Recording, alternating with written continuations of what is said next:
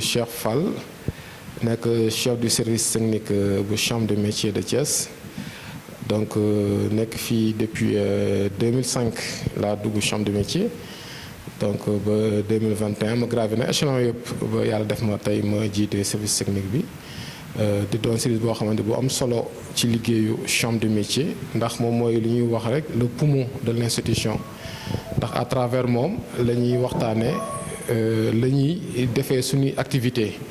donc bu gisee bilan chambre de métier yëpp en général c'est le service technique moom moo koy di réaliser parce que moom à travers assemblée générale ak le bureau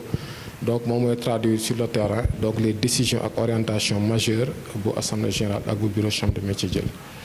voilà.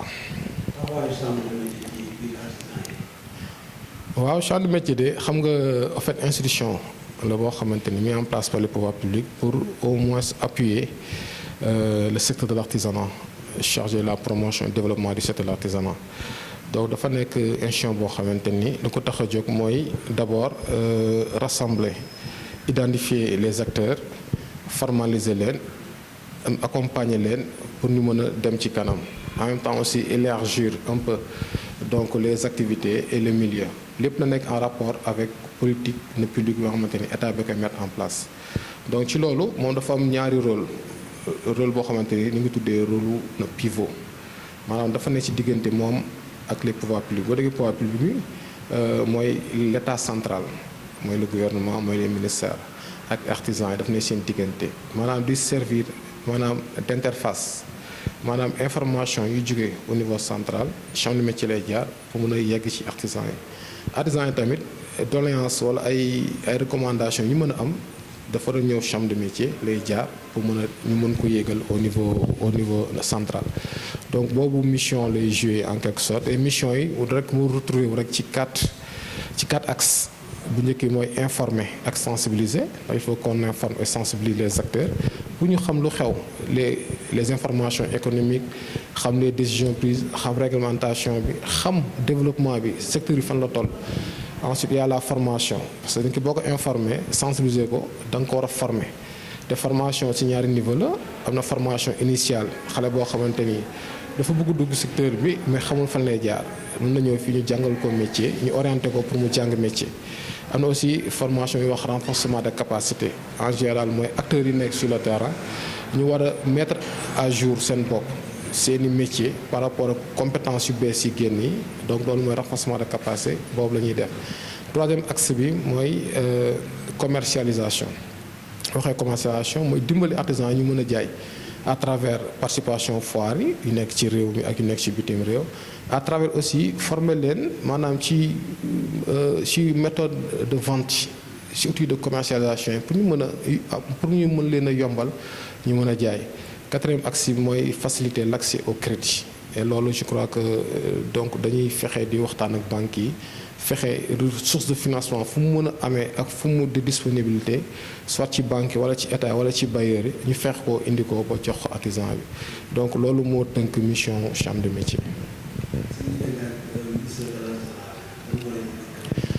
non relation institutionnelle la parce que mooy suñu tutelle donc ministère de l'artisanat moom moo njabootee chambre de métier yëpp te mooy seen tutelle parce que ci moom lañ dépendre à 100% donc moom mooy développer de façon globale au niveau étatique les orientations majeures pour développer secteur bi donc ñun luñ ci moom au niveau régional donc ñu jël ko nag war ko fexe matérialiser au niveau régional te suñuy rapport bu ñu def en fin d'année tamit moom lañ koy jébbal pour moomu mun ko jàmbat saytu ko jox ko président de la République teg ko ci loxoom boole ko ci rapport am yi mu war a defal boo xamante ni 14 chambres yëpp moom la ñuy def moom moo fi toogal chambre moo fi toogal ministère au niveau régional parce que mooy service régional de l'artisanat donc ministère bi fii moo ko chambre de métier moo ko représenté au niveau régional. non xam nga en fait le terme secteur informel boobu sax pour moi c'est sujet à polémique parce que dañuy wax secteur informel mais en fait on ne maîtrise pas les contours du secteur informel te ñu ci bëri dañ ko jagle rek ni artisanal mais artisanal il y a des artisans yoo xamante ni nekkuñu secteur informel ils sont pas informels ils sont très formalisés ndax am nañ seen registre de commerce am nañ seen NINEA am nañ seen carte professionnelle ils sont structurés donc loolu moo tax bëgguma ñuy lëkkale artisanat ak secteur informel c'est vrai que y a beaucoup d'artisans yoo xamante ni ils sont dans l'informel et puis ils s'y plaisent mais am na aussi ñu boo xamante ni quand même ils ont fait l'effort de se formaliser nekk à jour nekk tamit à niveau pour mën a au moins am entreprise bu structuré moo tax secteur bi dafa xaw a complexe tuuti le secteur de l'artisanat dafa xaw a complexe tuuti parce que des fois nit ki nekk ci cadre informel boobu daf ko neex parce que quand tu es dans l'informel donc yow le fisc bi par exemple xamul la donc parce que doo déclaré wu donc yow amoo fixe bi benn impôt alors que c'est dangereux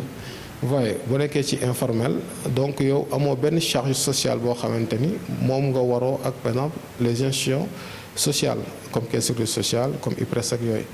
alors que loolu yëpp je crois que ñun dañuy gis ni rek artisans yi boobu dañuy gis rek ni maanaam diisaay bi moo tax ñu def alors que loolu pour man luy leen di na di yombalal la ndax nekk en règle avec le fisc day permettre état bi lancer marché wala benn bailleur boo xamante ni si état du Sénégal moo tax mu ne fi mu lancer marché nga mën a conquérir mën ci bokk mën a am ci marché boobu loolu moo tax ni ñu ci bëri nag en général dañuy lancer marché boo xamante ni c'est pour les artisans mais les non artisans yi nga xamante dañoo am kayit formalisé wu nekk en règle avec le fisc ñëw nangu ko di leen ko delloo artisans di leen ko sous-traité waaye moo tax affaire yi loo gis rek c'est vrai am na xaw na diis mais dañuy xool après avantage yu mën a jur ëllëg moo tax loolu nag duñu ci jógee nag di ci sensibiliser artisans yi pour ñuy mën a di formaliser wu bu baax a baax a baax ndax loolu mooy seen mucc ndax àdduna fa la jëm quand même.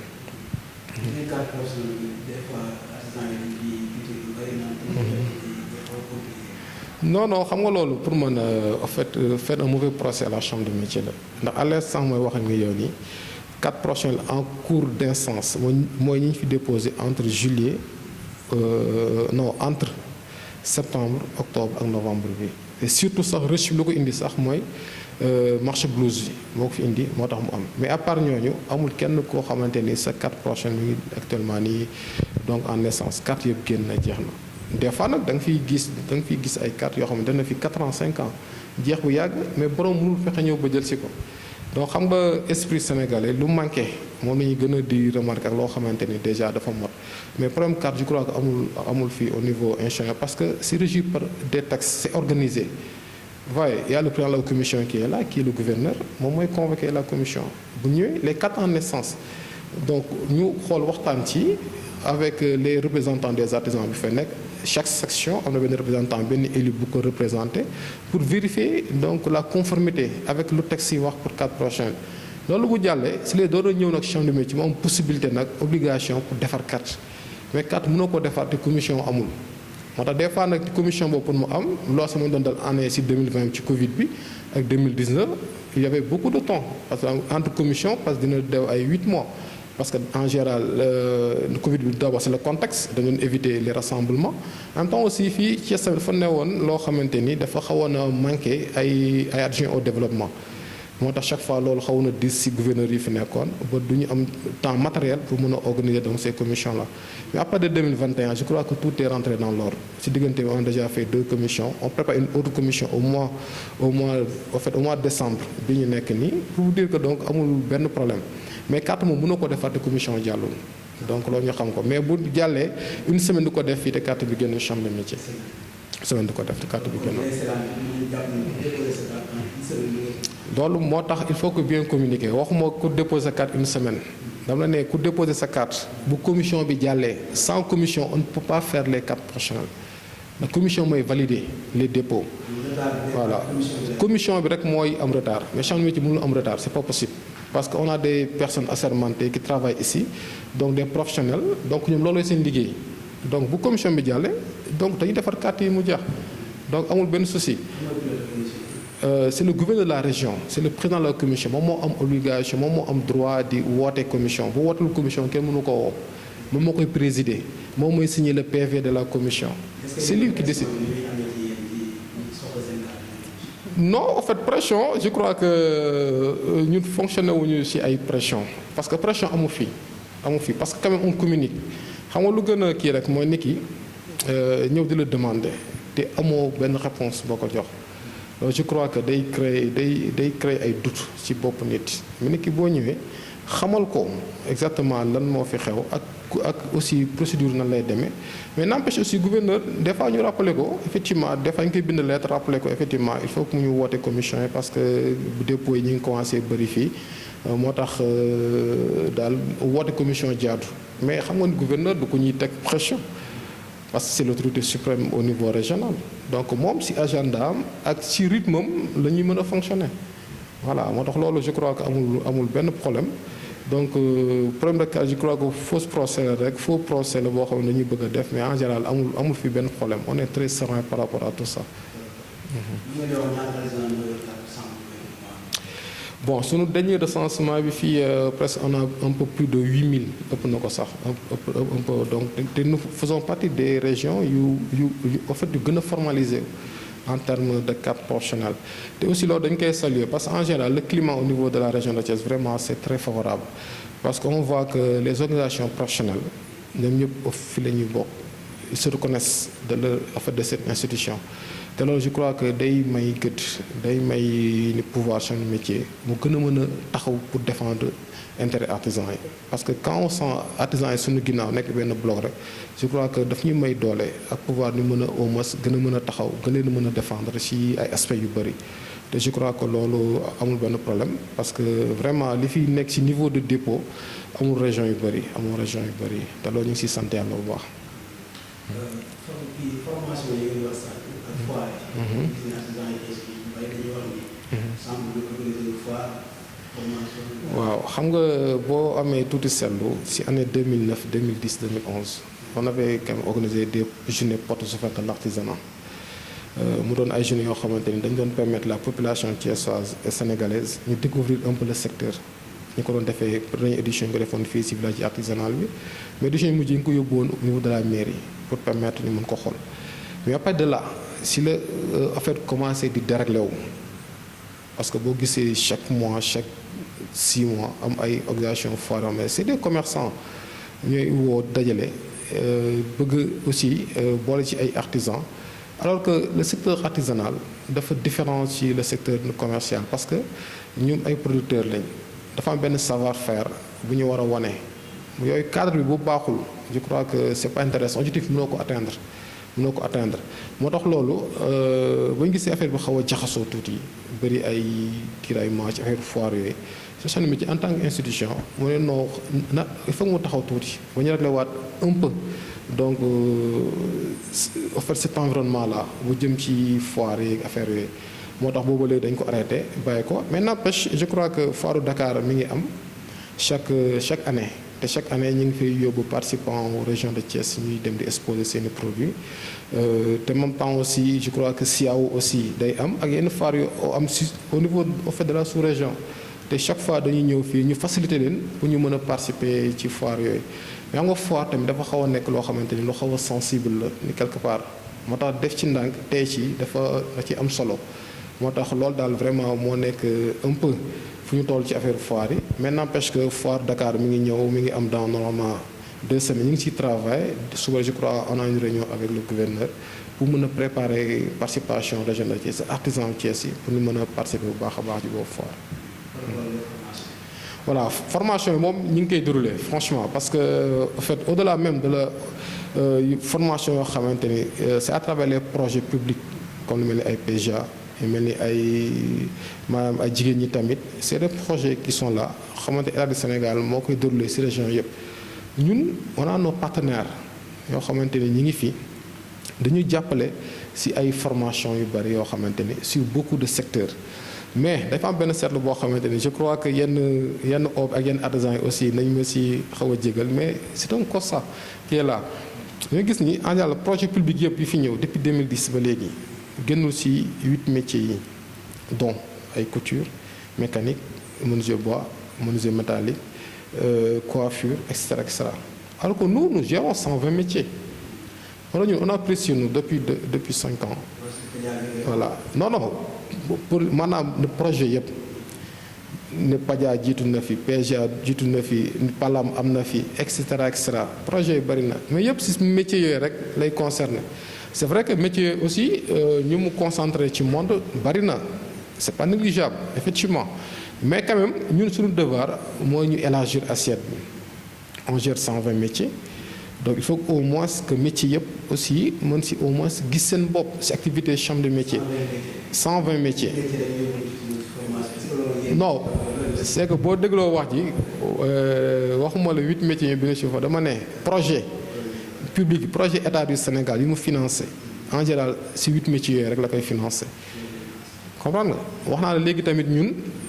en plus maanaam formation wala boog projet yoo xamante ne état bi moo ko déroulé fii si région de Thiès comme le cas du PEJA ñun chambre de métier tooguñu mais dañoo am vision à travers le président de la chambre de métier mooy yaatal ko ubbi ko yaatal ko comme déjà 8 métiers yooyu état bi jël na ko en charge donc ñun jaratul ñu wuti ay formation pour wuti métiers yooyu voyez ñoom ils sont bien servis donc ñun suñu fexe mooy développer yenn métiers yi voyez te loolu yëpp heureusement il y a beaucoup de partenaires yoo xamante ni ñu ngi siy jàppale pour ñuy mën a di indi ay formation encadrement accompagnement si métiers yoo xamante ni bu njëkk ba amuñu woon considération te amuñu chance bénéficier ci benn projet étatique donc ñun vision boobu le président de la chambre de métier am monsieur Amadou Matar Seye donc te mi ngi koy doxal depuis je crois que 5 ans ngi nii ci loolu la ñuy yëngatu te yàlla def na donc xaw na équilibrer un peu les choses parce que ku ci nekk gis nga ci bokk ndax tailleur yi ñu ngi ci PGA bi ñu ngi ci blouse yi ñu ngi ci masque yi ñu ngi ci lépp comprendre mais aussi il y a d'autres métiers qui sont là comme par exemple les forgerons ñoo tamit ñu ngi ci ay projets ñu ngi ci ay formations ñu ngi ci ay activités les coiffeurs ñu ngi ci ay activités et cetera et cetera donc loolu je crois que lu am solo la te ku ci nekk aussi war nga ko mën a bàyyi xel xam ne aussi chambre de métier tamit loolu mooy devoir mooy fexe yemale doomu maanaam tous ces sociétaires artisans yëpp fexe leen a yemale pour au moins ñu mën a di jëriñoo gis seen bopp ci chambre de métier bi. waaw mooy li ma la wax rek te ci métier yooyu mën naa citer lu mel ni énergie renouvelable parce que dafa nekk benn énergie boo xamante ni artisans lañ ci war a gis sa bopp surtout les artisans électriciens. te dafa te je crois que mën na ay daaw ci 2021 bi ak ci Covid bi yëpp on a formé plus de 120 maîtres artisans yu jëm ci électricité jëm ci menuiserie métallique ak ci menuiserie bois ci impact énergie renouvelable ci seen ay activités donc loolu je crois qu'on l'a fait avec notre partenaire le PED te électriciens yi kese sax ci formation ak aussi encadrement ci lu jëm ci solaire ci dimensionnement plus de 300 électriciens formé nañ leen fi 300 électriciens réparation de téléphone portable donc ñu ñoo ko valoriser jox ko gëddëm nga xamante ni léegi métier à part entière la te acteurs yi ci nekk ñu ngi ciy gis seen bopp bu baax a baax ba permettre ba jeunes yu bëri actuellement ils rêvent donc au moins ñu embrasser métier boobu pour mën a tekki parce que loolu mooy objectif jeune boo gis.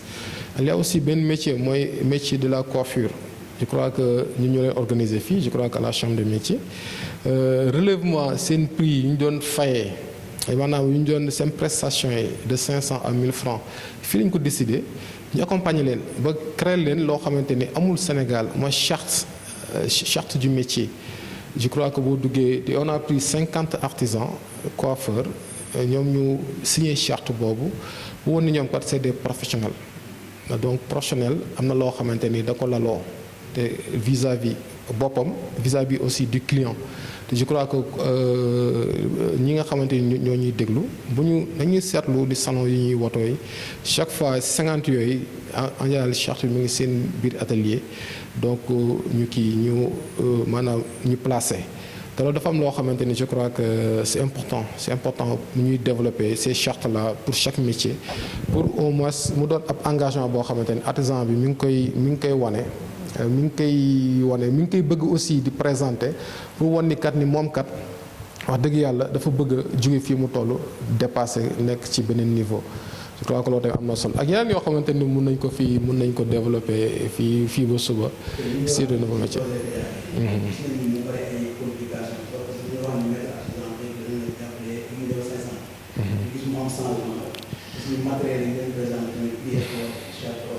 ok xam nga.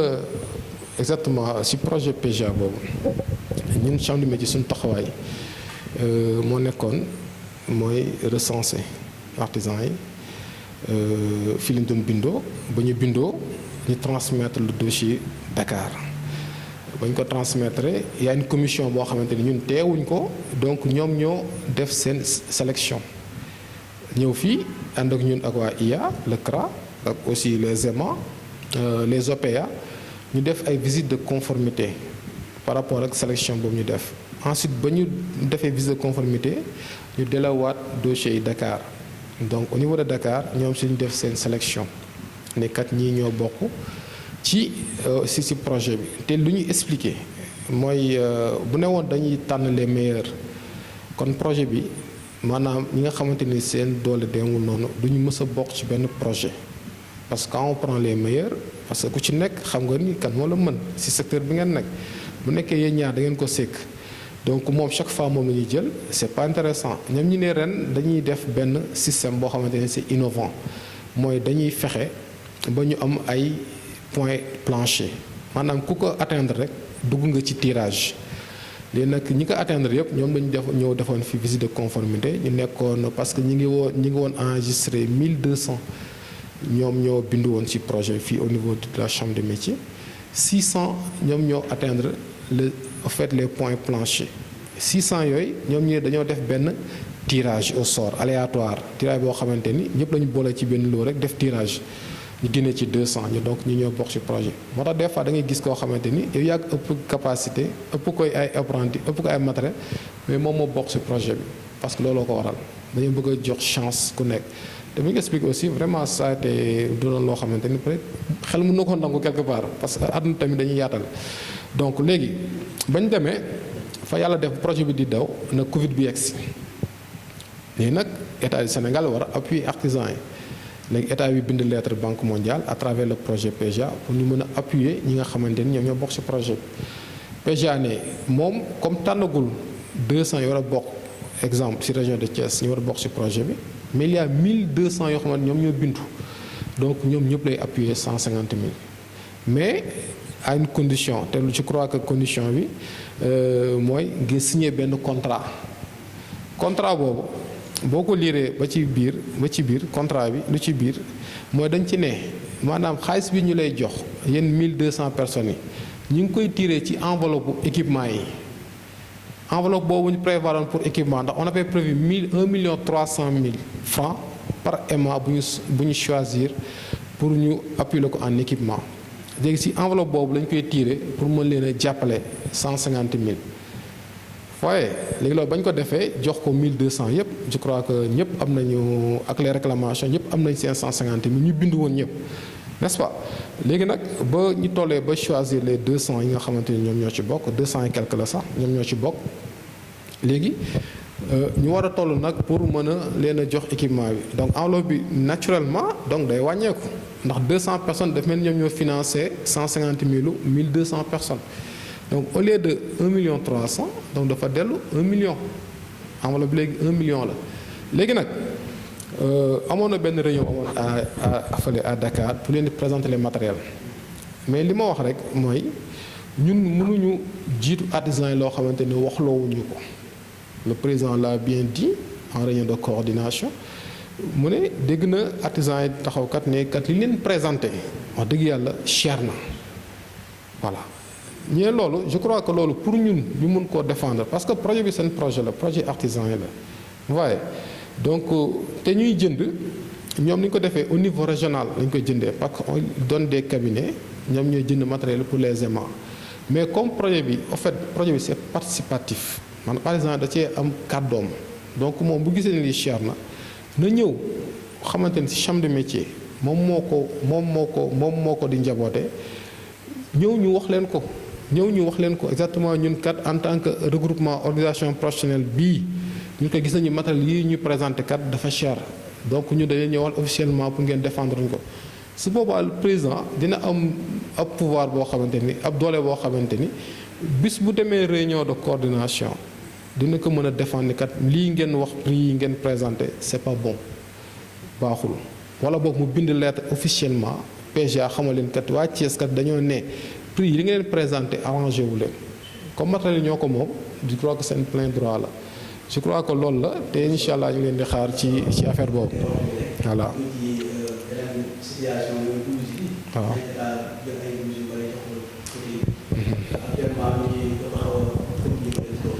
waaw xam nga marché la marché boo xamante ne état bi da ko mettre fii pour les artisans tailleurs te yàlla def na je crois que ci Covid bi joxoon na leen benn marché de 30 000 masques ñu liggéey ko liggéey bu rafet je crois que loolu moo juraat lii parce que Macky Sall vision mooy le président de la République mooy secteur artisanal mu injecté ci 10 milliards ren 10 milliards 22 ak 10 milliards 2023 donc pour artisans yi la ko jagleel mais xam nga xaalis bi c'est l'argent du contribuable sénégalais c'est de l'argent public xaalis boobu normalement dafa war woon génn le code des marchés publics te bu jàlloon ci code des marchés publics artisans yu bëri 90% yi du ñu laal marché bi c'est pas possible. Ouais. Donc le président de la République conscient de tout cela il va préparer un décret pour au moins mu mën a maanaam wax ni kii marché bi blouse yi bon échappé na ci code des marchés publics bokk ci te am na boobu prérogative mais bu ko defee nag le minimum mooy li ma la waxoon rek ci njëlbéenu waxtaan bi mooy formalisation boobu mooy dañ la ne na nga am registre de commerce ak NINEA mais ñu ne la ba léegi loolu boo ko amul non taxuñu éliminer la boo déposé bu la jox sa avance DEA dina la mën a defaral loolu ci saa si waaye mais lu ci gën a exiger rek mooy certificat de résidence ak surtout la carte professionnelle d'artisan pour mën a sécuriser ni ay tailleur ñoom ñooy gagner marché bi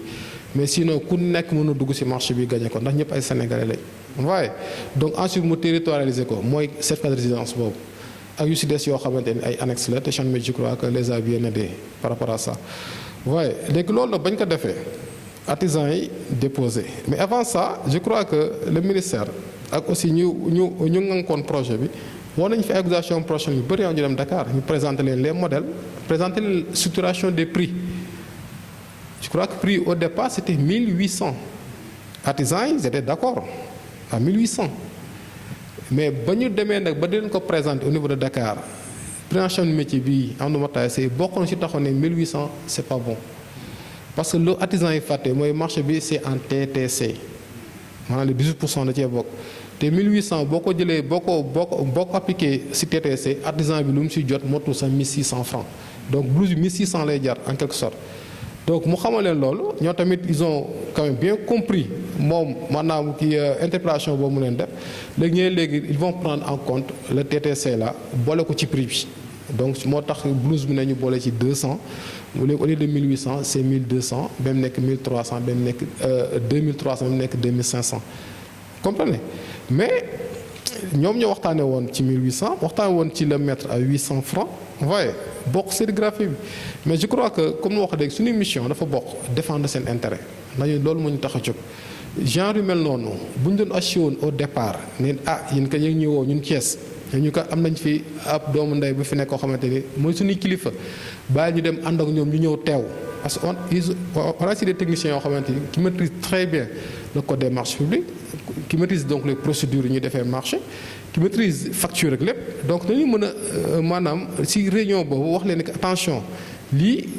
am na erreur wala lii kat am na piège bi ci nekk comme ça ñu si boobu négociation au départ ñu mën a défendre seen intérêt bu baax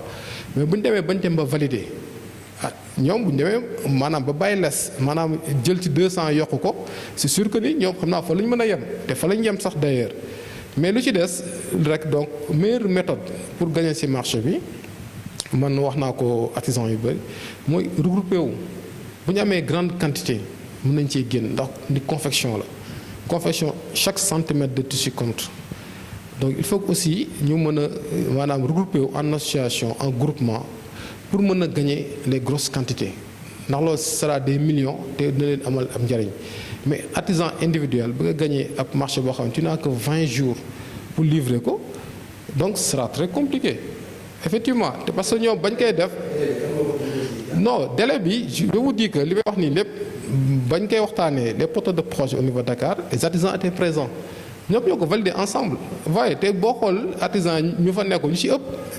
ay confection lañu yor donc ñoom prix bi même 1600 ça peut les arranger mais artisan lambda bu nekk fi yor atelier am bëgg gagner ci marché bi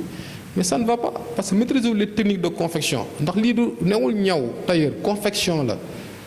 waaye moo tax loolu aussi dafa nekk loo xamante ni peut-être moo ci xaw a di suuti mais n'empêche ku ci intelligent di mën nga cee génn en tout cas sûr mooy nit mënu cee perte quand on dit seulement la vérité nit mënu cee perte du liggéey perte ci perte c'est possible xanaa que da nga ne li ma ci am daa bëriwul te tant que yaa ngi am grosse les petites quantités effectivement sa bénéfice du bëri mais boo amee une grosse quantité mën nga am tuuti bénéfice mais aussi heureusement que état bi aussi da tëjul bunt bi wax na ni lii première année la donc dina si tirer les leçons comme ça déwén incha allah déjà ñu mun ko teel a préparer parce que normalement ci vacances la ñu waroon a ñëw li ndax xale bu ñu ubbee ku nekk mën a sol sa blouse ensuite dina tax mu mën a comprendre un peu ba mën a maanaam def ay réformes te loolu je crois que mission chambre de métier mi ngi ci dañ si jéem a daal continuer ñun di béy suñu waar fexe daal ba artisan ñu mën see gis seen bopp bu baax a baax te ñun bu ñuy wax artisan yi ñun dañuy positionné si artisan bu gën a tuuti bu gën a néew doole mën tee gis boppam voilà.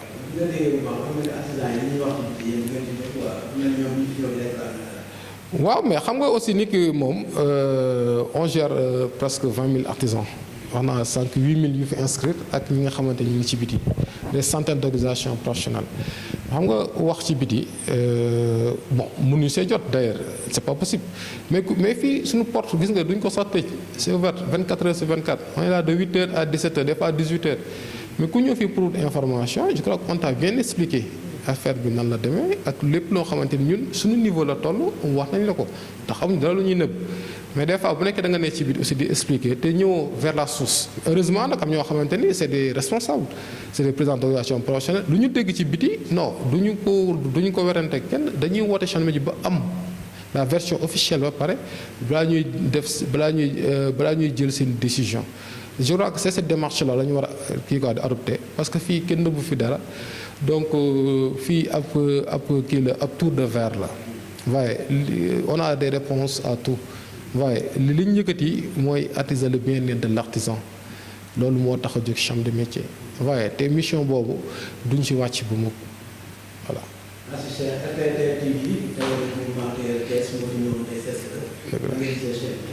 waaw macha allah chaîne bi de mën naa man je suis très content parce que chaîne bi vraiment dañuy may ab tribune ñu mën a sax di waxtaan ak artisans yi parce que c'est important parce que tamit loo gis rek àdduna communication moo ko yor communication moo ko yor te yéen da ngeen di jouer ab rôle bu am solo ñu di ñaan bu baax vraiment di espérer chaîne bi très bientôt dans un délai vraiment très court ñu koy dégg un peu partout dans le monde c'est possible ambition la te xam nañ ci effectivement li ngeen di jouer ci secteur bi li ngeen di jouer aussi même au niveau de la ville de Thiès vraiment ñu leen ci encourager bu baax a baax di leen ci remercier vraiment ci invitation bi ñu invité. waaw moom de Modou Seck moom vraiment il est exceptionnel parce que lu ma la waxoon rek ci exemple yi mën a wax ci président organisation professionnelle moom ci la bokk donc vraiment c'est quelqu'un de très responsable donc lu ma dégg day woote fii soit le président secrétaire général wala mu woo ma wala sax Mbaye Ndiaye bu nekkee ça concerne le chef du service répertoire bu concerne affaire 4 prochains wala affaire ay formalisation la moom chaque fois day dem ci source ba demander vraiment te loolu maa ngi ko ciy félicité bu baax di ko xam nag yan bu mu yenu nii ci kii diis na mais chambre de métier dina ko jàppale voilà am na soutien au président de la chambre de métier vraiment yéen na ko réussite dans tout ce qu'il fait te ñun tamit aussi au niveau technique lépp luñ ci mën pour mën ko yombalal na yen bi vraiment dañ ko def vraiment mu mën a am ay succès comme ses prédécesseurs yi fi jaaroon ñëpp daal voilà. waaw di la remercier rek vraiment si sa présence vraiment di remercier aussi sa équipe technique bi nga fi nekk yëpp di remercier sama collaborateur monsieur Mbaye Ndiaye ak aussi personne de la chambre de métier yëpp le secrétaire général monsieur Medine Ndiaye di remercier le président de la chambre de métier monsieur André Matar Sey ak ñëpp ñi nga xamante ni ñooy liggéey ak ñun vraiment tous les jours xam ne fii c'est une famille au-delà même de l'institution nous constituons une famille te aussi relation des artisans li ñu koy waxee rek relation bu neex la ndax nous sommes tous ay morom lañ ñun ñëpp ay frères lañ te ñun ñëpp benn objectif rek mooy yëkkati mu artisanat bi mu jëm kanam je crois que ñun ñëpp bu ñu ci jàppee nag vraiment loolu mën nañ ko atteindre très bientôt voilà je vous remercie.